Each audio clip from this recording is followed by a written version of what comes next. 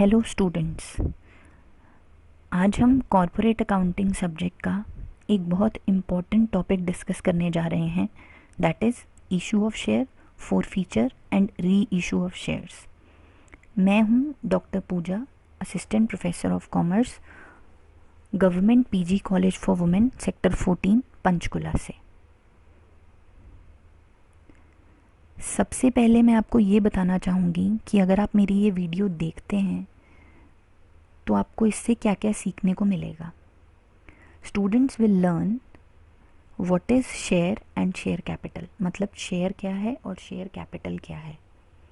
साथ ही साथ शेयर्स की कितनी टाइप होती है और शेयर कैपिटल की कितनी टाइप होती है।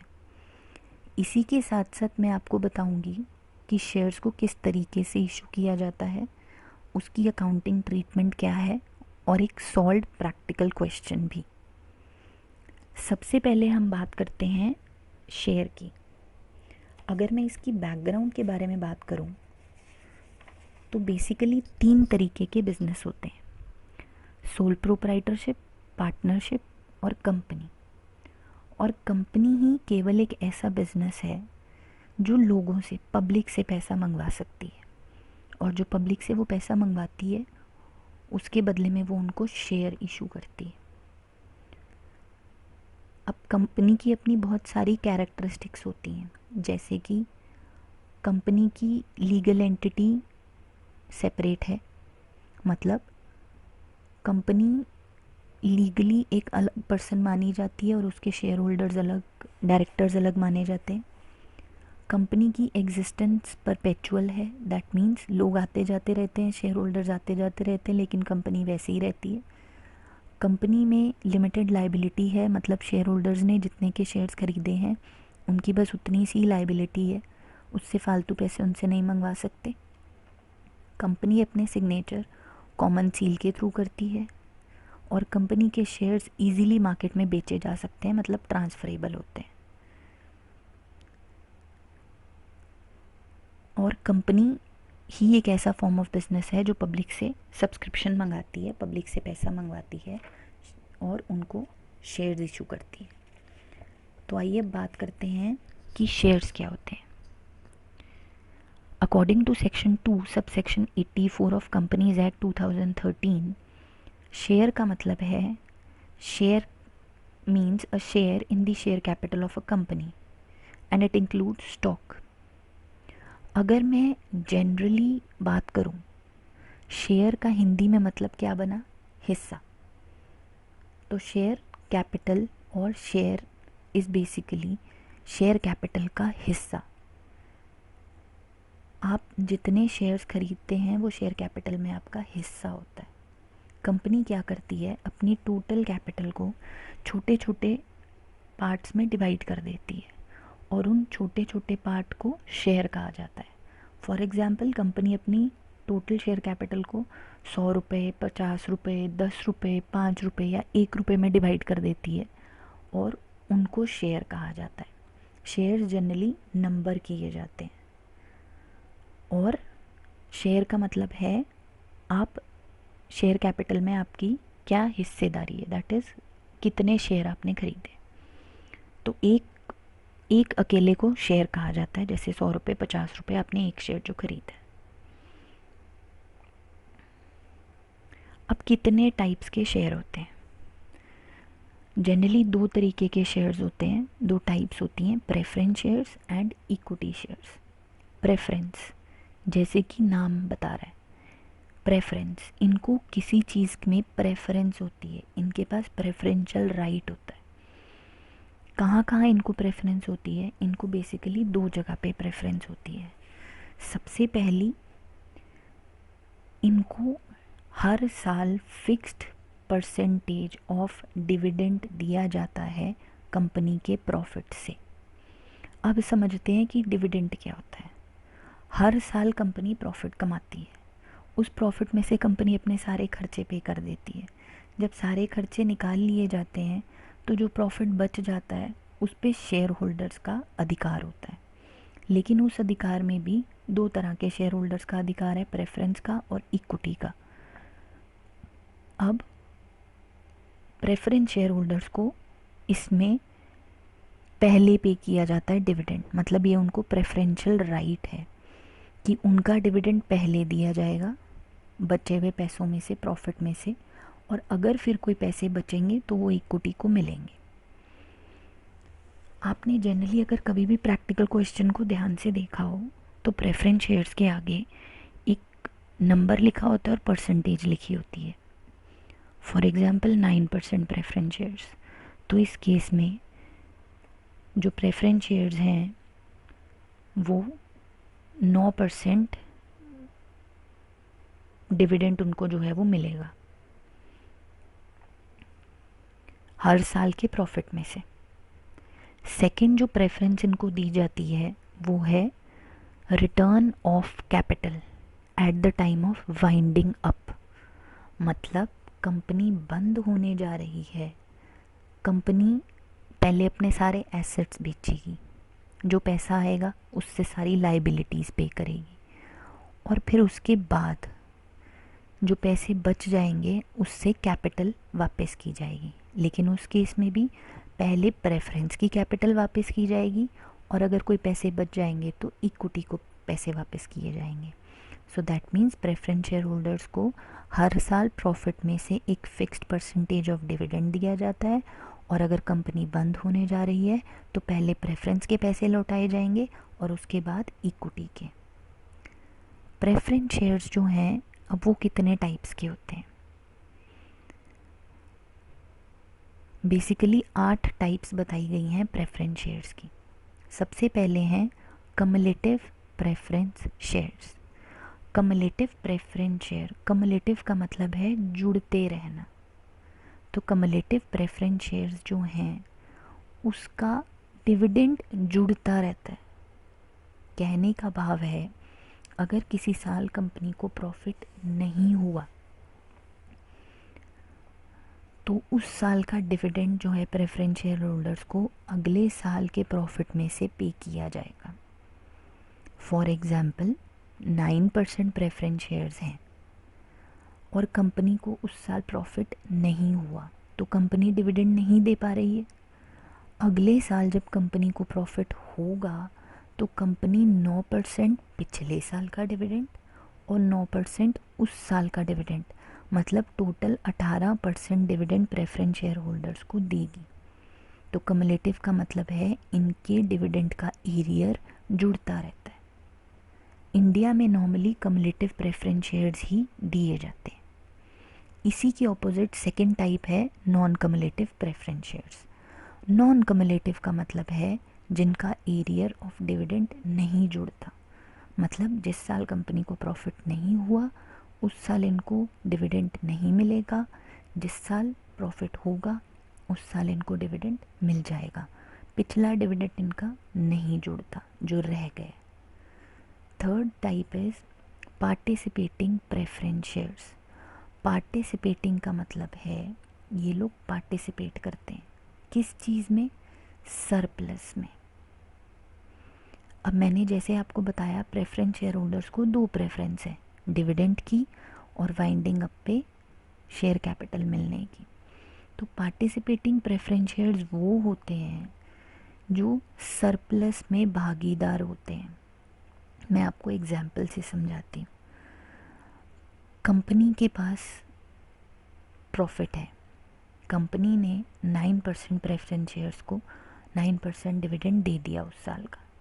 फिर कंपनी ने डिसाइड किया कि बचे हुए प्रॉफिट में से 10% हम डिविडेंड इक्विटी को देंगे। अब इक्विटी को भी 10% दे दिया, फिर भी प्रॉफिट बच गया। उस केस में जो एक्स्ट्रा प्रॉफिट बच गया, अगर उस प्रॉफिट में प्रेफरेंस शेयर होल्डर्स भी भागीदारी रखते हैं तो उनको पार्टिसिपेटिंग प्रेफरेंस शेयर्स कहते हैं। सेम टाइप से कंपनी बंद होने जा रही है, अब कंपनी ने सारे एसेट्स बेच दिए, सारी लाइबिलिटीज़ पे कर दी, और उसके बाद प्रेफरेंस शेयर कैपिटल भी पे हो गई पूरी, इक्विटी शेयर कैपिटल भी पे हो गई, फिर भी पैसे बच गए। अभी भी प्रेफरेंस शेयर होल्डर्स अगर उस पैसे में भागीदार होते हैं तो उनको पार्टिसिपेटिंग प्रेफरेंस शेयर्स कहा जाता है। इसी के विपरीत है non participating preference shares. Non participating का मतलब जिनको अपना फिक्स्ड रेट ऑफ डिविडेंड मिलता है और वाइंडिंग अप पे जिनको फिक्स्ड अपनी प्रेफरेंस कैपिटल मिलती है, जो एक्स्ट्रा सरप्लस में भागीदार नहीं होते। फिफ्थ टाइप है रिडीमेबल प्रेफरेंस शेयर्स। रिडीमेबल का मतलब है वो शेयर्स जो कि कुछ फिक्स्ड टाइम के लिए मंगाए जाती है share capital. For example 5 years redeemable preference shares का मतलब है वो प्रेफरेंस कैपिटल 5 साल के लिए कंपनी में रखी जाएगी, 5 साल बाद उनको उनकी शेयर कैपिटल वापस दे दी जाएगी। इसी के उल्टा है irredeemable preference share. Irredeemable preference shares का मतलब है वो प्रेफरेंस शेयर्स जो कंपनी में हमेशा रहती है, प्रेफरेंस जो कैपिटल जब कंपनी बंद होने लगती है, वाइंड अप होने लगती है, तब उनको उनके पैसे लौटाए जाते हैं, उसको इररिडीमेबल प्रेफरेंस शेयर्स कहते हैं। Next is convertible preference share. अब कन्वर्टेबल का मतलब है जिनको कन्वर्ट कर सकते हैं, और प्रेफरेंस शेयर को हम किस में कन्वर्ट कर सकते हैं, इक्विटी शेयर्स में। सो दैट मीन्स जो प्रेफरेंस शेयर्स को हम इक्विटी में कन्वर्ट कर सकते हैं उसको कन्वर्टेबल कहते हैं।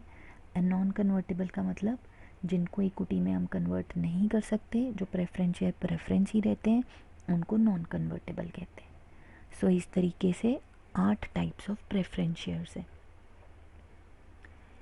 अब सेकंड टाइप ऑफ जो शेयर हैं वो हैं इक्विटी शेयर्स।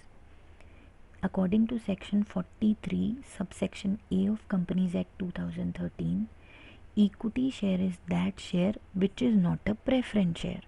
मतलब इक्विटी शेयर वो है जो प्रेफरेंस शेयर नहीं है।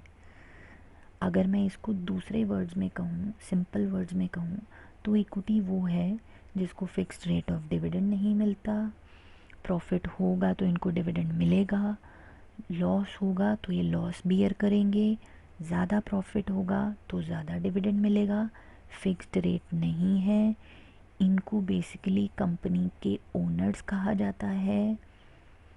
अगर रिटर्न ऑफ कैपिटल की बात की जाए तो अगर प्रेफरेंस को पैसे दे दिए, प्रेफरेंस शेयर कैपिटल के पैसे लौटा दिए कंपनी बंद होने के समय पे, और उसके बाद कोई पैसे बच गए तो इनको मिलेंगे, अगर कोई पैसा नहीं बचा तो इनको कोई पैसे वापस भी नहीं मिलते।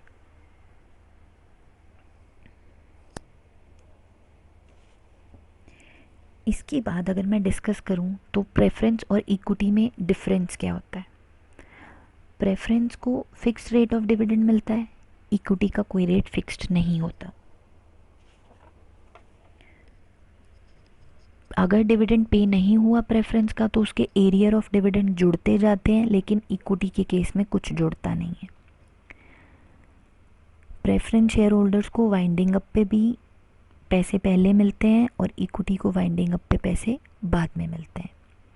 प्रेफरेंस शेयर होल्डर के पास कोई वोटिंग राइट नहीं होती, इक्विटी के पास वोटिंग राइट होती है। प्रेफरेंस शेयर होल्डर मैनेजमेंट में पार्टिसिपेट नहीं करते, इक्विटी शेयर होल्डर्स मैनेजमेंट में पार्टिसिपेट करते हैं। नेक्स्ट जो टॉपिक हम डिस्कस करेंगे दैट इज़ शेयर कैपिटल। अब शेयर्स तो समझ में आ गए क्या होते हैं, और दो तरीके के होते हैं, प्रेफरेंस और इक्विटी। अब शेयर कैपिटल क्या होती है। Share capital is that part of capital of company जो कि total nominal value of share बताती है। मतलब अगर मैं नंबर ऑफ शेयर्स को फेस वैल्यू पर शेयर से मल्टीप्लाई करूं तो जो अमाउंट आएगी वो होती है शेयर कैपिटल। मतलब टोटल कैपिटल जो कंपनी रेज करती है इशू से। अब बात करते हैं शेयर कैपिटल कितने तरह की होती है। सबसे पहले आती है authorised share capital. Authorised share capital is the maximum share capital of company.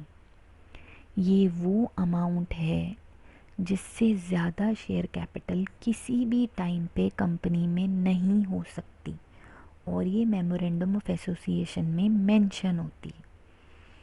अब मान लीजिए एक कंपनी 1980 में बनी और तब उन्होंने 1 करोड़ रुपए से रजिस्ट्रेशन कराया, लेकिन आज की डेट में 1 करोड़ रुपए मैक्सिमम शेयर कैपिटल तो बहुत कम है। सो जनरली इसको ऑथराइज शेयर कैपिटल को आप ऑल्टर करा सकते हैं, चेंज करा सकते हैं, बढ़वा सकते हैं। Second kind of capital is issued capital. Issued capital वो पार्ट है ऑथराइज्ड कैपिटल का जो कि हमने लोगों को ऑफ़र किया सब्सक्रिप्शन के लिए। मतलब फॉर एग्ज़ाम्पल अगर ऑथराइज शेयर कैपिटल 1 करोड़ रुपए की है और मैंने 60 लाख रुपए लोगों से मंगवा रखे हैं, तो मेरी ऑथराइज्ड कैपिटल है 1 करोड़ और इशूड है 60 लाख। मतलब उसमें से मैंने 60 लाख की इशू की हुई है कैपिटल लोगों को, पब्लिक को। आगे इशूड से ही पार्ट बनता है थर्ड, सब्सक्राइब्ड शेयर कैपिटल। मैंने तो लोगों को 60 लाख की शेयर इशू किए, लेकिन लोगों ने कितने के खरीदे उसको कहा जाता है सब्सक्राइब्ड शेयर कैपिटल। मतलब लोगों ने कितने के सब्सक्राइब किए। अब इसमें 2 केसेस बनते हैं, subscribe and fully paid up. Subscribe and fully paid up मतलब जब पूरी की पूरी नॉमिनल वैल्यू कंपनी मंगा लेती है और लोग सारे के सारे पैसे दे भी देते हैं, उसको कहा जाता है सब्सक्राइब्ड शेयर कैपिटल। इसी के नेक्स्ट जो पार्ट है वो है subscribe but not fully paid. अब इस केस में कंपनी ने तो पूरी पैसे मंगा लिए, लेकिन शेयर होल्डर ने अभी कुछ पार्ट नहीं दिया, या फिर कंपनी ने अभी पूरे पैसे मंगवाए ही नहीं, then it will be subscribe but not fully paid. इससे नेक्स्ट है कॉल्ड अप कैपिटल। अब कंपनी जो है वो शेयर कैपिटल को जनरली पार्ट्स में मंगाती है, भागों में मंगाती है। पहले एप्लीकेशन मनी आती है, फिर अलॉटमेंट आती है, फिर कॉल्स आती है। तो कॉल्ड अप शेयर कैपिटल वो पार्ट है फेस वैल्यू का जो कि डायरेक्टर्स ने शेयर होल्डर से मंगवा लिया है। फॉर एग्ज़ाम्पल 100 रुपये का शेयर है और 60 रुपये मंगवा चुके हैं, तो वैल्यू तो उसकी 100 है लेकिन कॉल्ड अप है 60। Next is paid up. अब कॉल तो की 60, लोगों ने कितना पे किया वो है पेड अप। अगर सब लोगों ने पे कर दिए तो कॉल्ड अप की अमाउंट और पेड अप की अमाउंट सेम होगी, लेकिन अगर लोगों ने नहीं पे की पैसे पूरे तो पेड अप कम होगी और कॉल्ड अप ज़्यादा होगी। अब अगर आप ध्यान से देखें काइंड ऑफ शेयर कैपिटल, तो 1 से लेके 5 तक सब एक दूसरे के बीच में से नेक्स्ट नेक्स्ट नेक्स्ट निकल के आ रहे हैं। ऑथराइज्ड में से आई इशूड, मतलब कितनी इशू की, इशू में से बनी सब्सक्राइब, लोगों ने कितनी सब्सक्राइब की, सब्सक्राइब से बनी कॉल्ड अप की, हमने कितनी मंगवा ली शेयर कैपिटल, और कॉल्ड अप में से बनी पेड अप की, लोगों ने कितनी पे कर दी।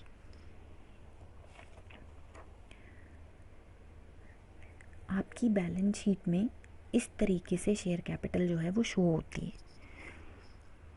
बैलेंस शीट में लाइबिलिटी साइड में इक्विटीज़ एंड लाइबिलिटीज़ में शेयर होल्डर्स फंड में शेयर कैपिटल आती है, और नोट्स टू अकाउंट्स में देखिए ऑथराइज्ड अलग से दिखाई है, फिर इशूड दिखाई है, फिर सब्सक्राइब्ड, उसमें subscribed and fully paid up and subscribed but not fully paid. Next comes the topic issue of shares.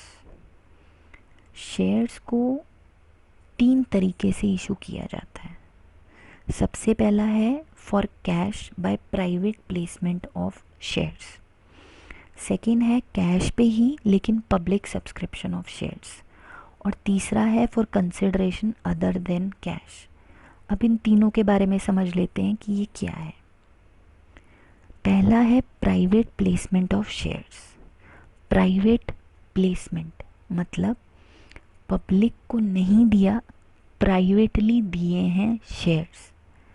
Promoters को कई बार ये पूरा भरोसा होता है कि वो प्राइवेट सोर्स से शेयर कैपिटल पूरी की पूरी मंगवा लेंगे। फॉर एग्ज़ाम्पल वो अपने फ्रेंड्स, अपने रिलेटिव्स, अपने ग्रुप कंपनी के शेयर होल्डर्स या प्रमोटर्स से सारा पैसा मंगवा सकते हैं, उनको ये भरोसा होता है। तो वो पब्लिक को शेयर नहीं बेचते, वो इन्हीं लोगों को शेयर कैपिटल बेचते हैं और सारी की सारी शेयर कैपिटल उनको मिल जाती है। इसको कहते हैं private placement of shares. Private placement of shares में जनरली लॉक इन पीरियड होता है। लॉक इन पीरियड का मतलब है आप कितने टाइम तक उन शेयर्स को बेच नहीं सकते, तो इसमें कम से कम 3 साल का लॉक इन पीरियड होता है। साथ ही साथ प्रोस्पेक्टस नहीं बनाया जाता है इसमें, उसके बदले में बनाया जाता है statement in lieu of prospectus. अब इसी के आगे फर्दर बात करें तो दो टाइप के और शेयर्स हैं जो इशू किए जाते हैं। पहला है स्वेट इक्विटी शेयर्स। स्वेट का मतलब है पसीना, तो मतलब ये किसी के खून पसीने की कमाई है। खून पसीने से उन्होंने क्या कमाए? Equity shares. तो स्वेट इक्विटी शेयर्स वो इक्विटी शेयर्स हैं जो कंपनी अपने एम्प्लॉयज़ या अपने डायरेक्टर्स को देती है डिस्काउंट पे या फिर कंसिडरेशन अदर देन कैश पे, जो कि उन्होंने कमाए हैं क्योंकि वो उस कंपनी में अपना खून पसीना लगा रहे हैं। तो इसे कहा जाता है स्वेट इक्विटी शेयर्स। और सेकंड टाइप है employee stock option scheme. Option दी जाती है एम्प्लॉयज़ को कि वो कंपनी के शेयर्स डिस्काउंट पर खरीद लें। अब इसमें खाली ऑप्शन दी गई है, ज़रूरी नहीं है कि एम्प्लॉयज़ वो शेयर्स को खरीदें, और इसमें भी लॉक इन पीरियड होता है। सो प्राइवेट प्लेसमेंट का मतलब है आपस में ही शेयर्स जो हैं वो बेच दिए, पब्लिक से पैसा नहीं मंगवाया। Next comes public subscription of shares. अब पैसा जो है वो पब्लिक से मंगवाया जा रहा है। इसके लिए फॉलोइंग स्टेप्स जो हैं उनको फुलफ़िल किया जाता है। सबसे पहला है प्रोस्पेक्टस इशू करना। प्रोस्पेक्टस का मतलब है आप लोगों से पैसा जब मंगवा रहे हैं तो आप लोगों को कुछ तो बताएंगे कंपनी के बारे में, और जो कुछ भी आप कंपनी के बारे में बताएंगे वो प्रोस्पेक्टस में आप लिखेंगे। मतलब आप लोगों को ये यकीन दिलाएंगे कि इस कंपनी में अगर वो पैसा लगाएंगे तो उनका पैसा डूबेगा नहीं। वो सारी चीज़ें आप प्रोस्पेक्टस में मेंशन करते हैं। जनरली प्रोस्पेक्टस में क्या क्या होता है? कंपनी का नाम, कंपनी का पता, कंपनी का रजिस्टर्ड ऑफिस, डायरेक्टर्स का नाम, डायरेक्टर्स का पता, डायरेक्टर्स की क्वालिफ़िकेशन, कंपनी किस वजह से बनाई, उसके क्या ऑब्जेक्टिव्स थे, क्या क्या रिस्क इन्वॉल्व है, आपने जो जो अथॉरिटी से जो जो परमिशंस ली हैं वो सारी लगाई जाती हैं। कंपनी की कितनी ऑथराइज्ड कैपिटल है, कितनी इशूड कैपिटल है, कब कंपनी की जो इशू है वो ओपन होगा, कब क्लोज़ होगा, ये सारी डिटेल्स, बैंक की डिटेल्स, ये सब कुछ प्रॉस्पेक्टस में दी जाती है। और ये इसलिए बनाया जाता है क्योंकि पब्लिक ने अगर पैसा लगाना है तो वो पहले कंपनी के बारे में कुछ ना कुछ स्टडी करेगी। Second is receive application. अब लोगों ने प्रॉस्पेक्टस पढ़ा और लोगों को लगा कि कंपनी अच्छी है, इसमें पैसा लगाना चाहिए, तो पैसा लगाने के लिए उनको अप्लाई करना पड़ेगा। दैट मीन्स उनको एप्लीकेशन देनी पड़ेगी। कंपनी उस एप्लीकेशन को क्या करेगी? रिसीव। नॉर्मली क्या होता है, एप्लीकेशन ऐसे ही नहीं दी जाती, एप्लीकेशन के साथ दी जाती है एप्लीकेशन मनी। तो कंपनी के केस में जब भी आप शेयर्स के लिए अप्लाई करते हो तो साथ में आपको पैसे जमा कराने पड़ते हैं, जिसको कहते हैं एप्लीकेशन मनी। तो कंपनी क्या करती है? एक बैंक अपॉइंट करती है। वो बैंक एक अकाउंट खोलता है, खाता खोलता है कंपनी के नाम पे। लोग उसमें आके शेयर्स अप्लाई करते जाते हैं और साथ में अपनी एप्लीकेशन मनी जमा कराते जाते हैं। प्रोस्पेक्टस में आपको मेंशन करना पड़ता है कि कितनी एप्लीकेशन मनी होगी, और एप्लीकेशन मनी आपकी इशू प्राइस के 25% से कम नहीं हो सकती। मतलब अगर 10 रुपये का शेयर है तो 2.5 रुपये एप्लीकेशन मनी होनी ही चाहिए। उसके बाद शेड्यूल्ड बैंक बता दिया जाता है, लोग वहाँ जाके जितने शेयर्स, जैसे मैंने 100 शेयर खरीदने हैं, 2.5 रुपये एप्लीकेशन है, तो 2500 रुपये मैं वहाँ जमा कराऊंगी अलॉन्ग विद एप्लीकेशन, और वो बैंक मेरी एप्लीकेशन को रख लेगा। उसके बाद थर्ड है to make allotment of share. अब क्या किया जाता है? कंपनी के पास एप्लीकेशंस आ गई, पैसे भी आ गए। उसके बाद कंपनी अब उन सब लोगों को जो उस कंपनी के शेयर खरीदना चाहते हैं उनको शेयर्स अलॉट करती है। अब इस केस में कंपनी को एक क्लॉज देखना पड़ता है जिसको कहा जाता है मिनिमम सब्सक्रिप्शन। मिनिमम सब्सक्रिप्शन का मतलब है कंपनी जितने शेयर्स लोगों को बेचना चाहती है, लोग कम से कम उसका 90% खरीदना चाहते हैं। फॉर एग्ज़ाम्पल, कंपनी ने 1 लाख शेयर्स बेचे, 1 लाख शेयर्स के लिए एप्लीकेशन मंगवाई, तो अगर लोगों ने 90,000 applications along with application money जमा करवाई बैंक में, तभी कंपनी उन शेयर्स को इशू कर सकती है, नहीं तो कंपनी उन शेयर्स को इशू नहीं कर सकती। सो 90% ऑफ इशूड अमाउंट अगर आती है उसको मिनिमम सब्सक्रिप्शन कहते हैं। अगर आएगी मिनिमम सब्सक्रिप्शन तो आगे अलॉट होंगे शेयर्स, अगर नहीं आएगी तो आपको 130 दिनों के बीच में वो सारे के सारे पैसे जो हैं वो वापस करने पड़ते हैं उन लोगों को जिन्होंने अप्लाई किया था और जिन्होंने एप्लीकेशन मनी जमा कराई थी, उनकी एप्लीकेशन मनी वापस करनी पड़ती है। उसके बाद अगला है टू मेक कॉल्स। अब मिनिमम सब्सक्रिप्शन का क्लॉज पूरा हो गया, 90% शेयर्स आ गए, अब हमने कॉल्स की, मतलब हमने लोगों से और पैसे मंगवाने शुरू किए। एप्लीकेशन के पैसे तो आ गए, उसके बाद अलॉटमेंट मंगवाएंगे, फर्स्ट कॉल मंगवाएंगे, सेकंड कॉल मंगवाएंगे। जनरली सेकंड कॉल तक ही पैसे जो है वो पूरे मंगा लिए जाते हैं। तो कंपनी तोड़ तोड़ के जब कंपनी को पैसे की ज़रूरत होगी तो उस पैसे को, पूरे शेयर कैपिटल को, पूरे शेयर की नॉमिनल वैल्यू को, फेस वैल्यू को पार्ट्स में बांट लेगी और टाइम टू टाइम वो पैसा शेयर होल्डर से मंगाती रहेगी। अब बात करते हैं accounting treatment for issue of shares की। मतलब जब हम शेयर इशू करते हैं तो क्या क्या अकाउंट्स जो हैं वो बनाए जाते हैं। अब सबसे पहले तो ये चीज़ समझ लेते हैं कि शेयर्स 2 तरीके से इशू किए जाते हैं, या तो पार पे या प्रीमियम पे। पार का मतलब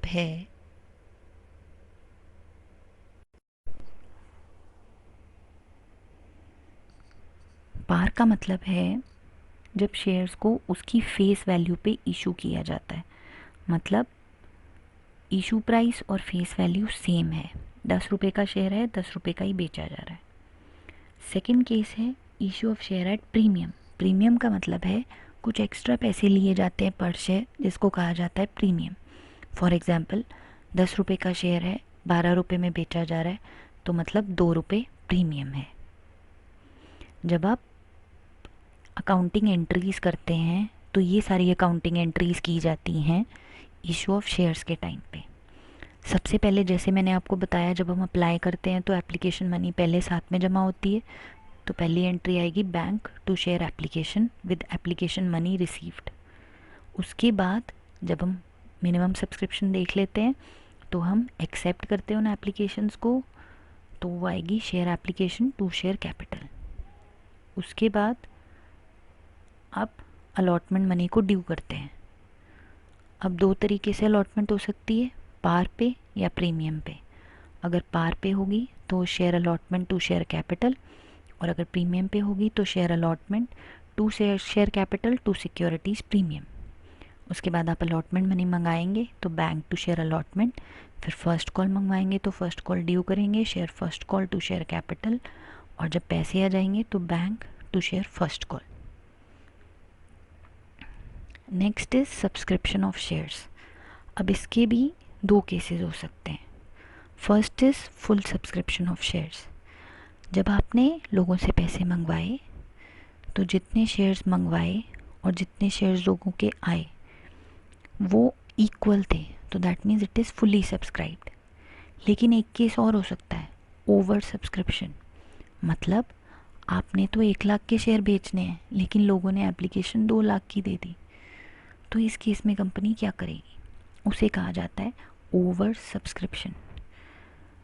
अब सारे के सारे एप्लीकेंट्स को तो पैसे नहीं दिए सारे के सारे एप्लीकेंट्स के पैसे तो नहीं रखे जा सकते, या सारे के सारे एप्लीकेंट्स को शेयर्स भी नहीं दिए जा सकते। तो उस केस में जो किया जाता है उसे कहते हैं प्रो राटा।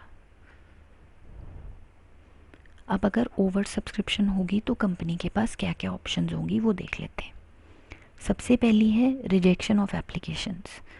अब मान लीजिए कंपनी ने 1 लाख के शेयर्स बेचने थे, 1 लाख शेयर्स, 2 लाख एप्लीकेशन आ गई तो सीधा 1 लाख को रिजेक्ट कर दिया, उनके पैसे वापस कर दिए।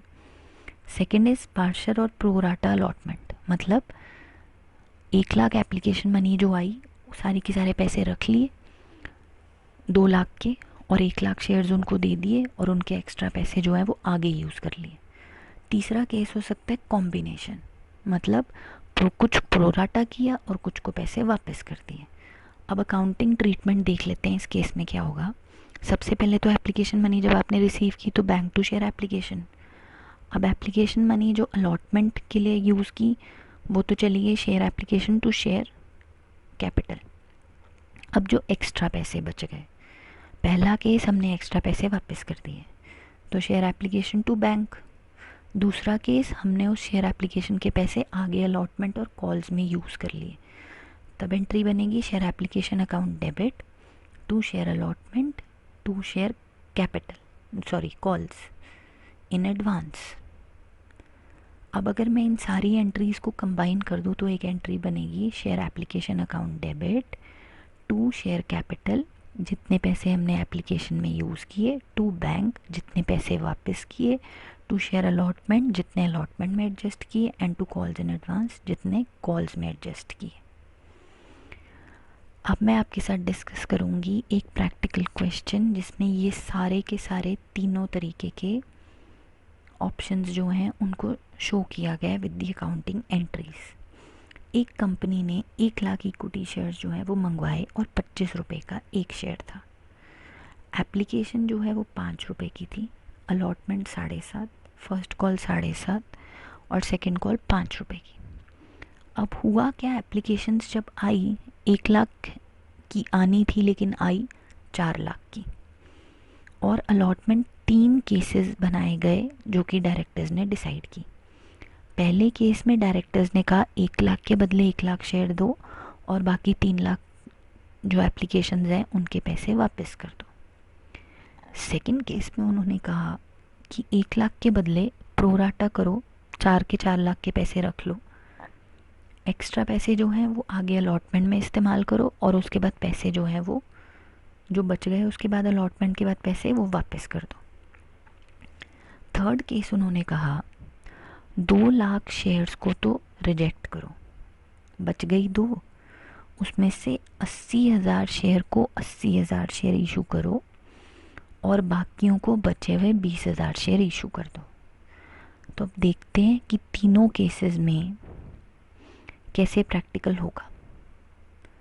पहला case, bank to equity share capital application 20 lakh, 4 lakh shares 5 रुपये की एप्लीकेशन।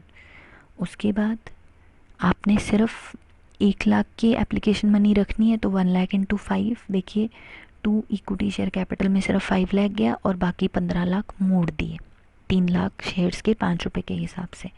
उसके बाद अलॉटमेंट ड्यू की, equity share allotment to equity share capital 1 lakh share पे 7.5 के हिसाब से, bank to equity share allotment सारे पैसे आ गए। फर्स्ट कॉल ड्यू की 7.5 लाख से equity share first call to equity share capital, first call पे हो गई, bank to equity share first call 7.5, second call जो है वो ड्यू की एंड सेकेंड कॉल भी पे हो गई 5 लाख रुपए की। This is first alternate. Next is second alternate. अब सेकेंड ऑल्टरनेट में क्या होगा, पैसे तो शुरू में वही आए 4 लाख पे 5 रुपये के हिसाब से 20 lakh, bank to equity share capital 20 lakh. अब इस केस में क्या किया, एप्लीकेशन के 20 लाख में से 5 लाख रुपए एप्लीकेशन के बने, 1 लाख इंटू 5 वो रखे, 7.5 के हिसाब से 1 लाख पे अलॉटमेंट के 7.5 लाख बचे वो रखे, और जो एक्स्ट्रा पैसे थे वो रिफंड कर दिए, वापस कर दिए। तो एंट्री बनी equity share capital account debit 20 lakh to equity share capital 5 lakh to allotment 7.5 to bank 7.5। उसके बाद आपने अलॉटमेंट सिर्फ ड्यू करनी है। इस केस में अलॉटमेंट की बैंक की एंट्री नहीं होगी क्योंकि सारी की सारी अलॉटमेंट जो है वो ऑलरेडी एप्लीकेशन में आ चुकी है, और कॉल्स की एंट्री एज इट इज़ रहेगी क्योंकि कॉल्स में कोई भी एडजस्टमेंट पैसे की नहीं हुई। Then comes third alternative. सबसे पहले पैसे आ गए आपके bank to share application 20 lakh 20 lakh. अब इसको समझने के लिए पहले एक टेबल समझ लेते हैं। ये है हमारा थर्ड केस। शेयर अप्लाई, सबसे पहले जो 2 लाख शेयर्स अप्लाइड थे उनको कोई शेयर नहीं दिया, नील। 80,000 शेयर्स को 80,000 और बच गए 1,20,000, उनको 20,000 शेयर्स। जो लास्ट वाली रो है दैट इज़ टोटल 4 लाख के बदले में 1 लाख शेयर इशू हो गया। अब एप्लीकेशन मनी 5 रुपये के हिसाब से है, तो मैंने शेयर अप्लाइड जो फर्स्ट कॉलम है उसको 5 से मल्टीप्लाई किया। 2 lakh into 5 10 lakh, 80,000 into 5 4 lakh, 1,20,000 into 5 6 lakh, तो टोटल 20 लाख रुपए मेरे पास आ गए। अब एप्लीकेशन मनी यूज्ड, मैंने सेकंड कॉलम शेयर अलॉटेड को एप्लीकेशन मनी पर शेयर 5 रुपये से मल्टीप्लाई किया। पहले में नील है, 0 को 5 से मल्टीप्लाई किया तो 0, 80,000 को 5 से मल्टीप्लाई किया 4 लाख, 20,000 को 5 से मल्टीप्लाई किया 1 लाख, और टोटल बन गया 5 लाख, मतलब 5 लाख की एप्लीकेशन मनी आ गई। उसके बाद अब हमने अलॉटमेंट में कितने पैसे इस्तेमाल किए, share allotted second column 20,000 into 7.5 रुपये की अलॉटमेंट है, 7.5 इंटू 20 1.5 लाख, 1.5 लाख रुपये अलॉटमेंट में यूज़ हो गए। इसी तरह से 20,000 इंटू 7.5 1.5 लाख फर्स्ट कॉल में यूज़ हो गए, 20,000 इंटू 5 1 लाख सेकंड कॉल में यूज़ हो गए। अब अगर हम थर्ड कॉलम को देखें, 6 लाख रुपए एप्लीकेशन मनी रिसीव्ड हुई, उसमें से 1 लाख एप्लीकेशन में इस्तेमाल हुई, 1.5 लाख अलॉटमेंट में इस्तेमाल हुई, 1.5 लाख फर्स्ट कॉल में इस्तेमाल हुई और 1 लाख सेकंड कॉल में। तब भी जो पैसे बच गए 1 लाख वो रिफ़ंड कर दिए, तो मतलब टोटल बैंक में कितने पैसे गए, 11 लाख रिफ़ंड हुए। अब इसकी एंट्री देख लेते हैं। Equity share application 20 lakh, to equity share capital में 5 लाख, अलॉटमेंट में 1.5 लाख रुपए हमने दिए, टू कॉल्स इन एडवांस इन्होंने दोनों कॉल्स को ऐड कर दिया फर्स्ट और सेकंड को, फर्स्ट में 1.5 लाख और सेकंड के 1 लाख 2.5 लाख, और टू बैंक रिफंड के 11 लाख।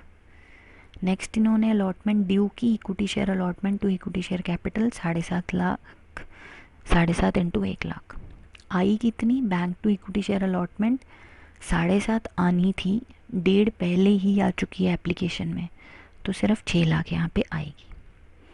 नेक्स्ट आपने फर्स्ट कॉल ड्यू की, equity share first call to equity share capital 7.5 lakh, इस केस में भी कॉल्स इन एडवांस आई हुई है हमारे पास 1.5 लाख की, तो bank calls in advance to equity share first call. Same case में सेकंड कॉल आपने ड्यू की 5 लाख से, सेकंड कॉल के भी 1 लाख रुपए ऑलरेडी एप्लीकेशन के टाइम पे आए हुए, तो बैंक में 4 लाख जाएंगे, कॉल्स इन एडवांस में 1 लाख और equity share second and final call में 5 लाख। इसी के साथ आज की वीडियो मैं ख़त्म करती हूँ। Thank you. आई होप आपको ये टॉपिक अच्छे से समझ में आया होगा।